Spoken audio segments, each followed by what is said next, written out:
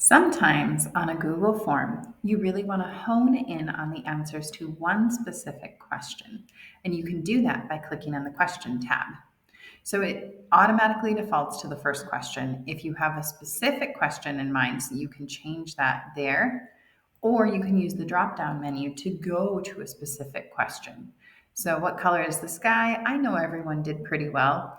If I wanted to see what's 2 plus 2, I can scroll down and see, yep, one person answered 2. So I wonder what they were thinking. Now you can also click View Options and you'll see what you had listed as the correct answer. And then from here, I can see who responded by clicking on the 3 responses and who got it wrong. One response, there it is. So I can again navigate using the tiny arrows down here, and I can see the next question that it looks like everyone got that correct.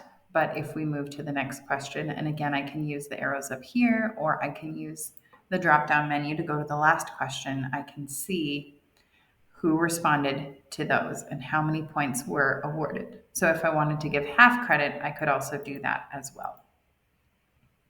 So I can click save or discard. I'm going to actually discard that. And this is specifically for that quiz setting. If you did a Google form that doesn't have a correct or incorrect answer, then you would just see that breakdown of, okay, 2 people said this, 1 person said this, and another said this. So if you were asking about a meeting time or something like that, that might be helpful. So again, when you click that responses tab, it defaults to summary.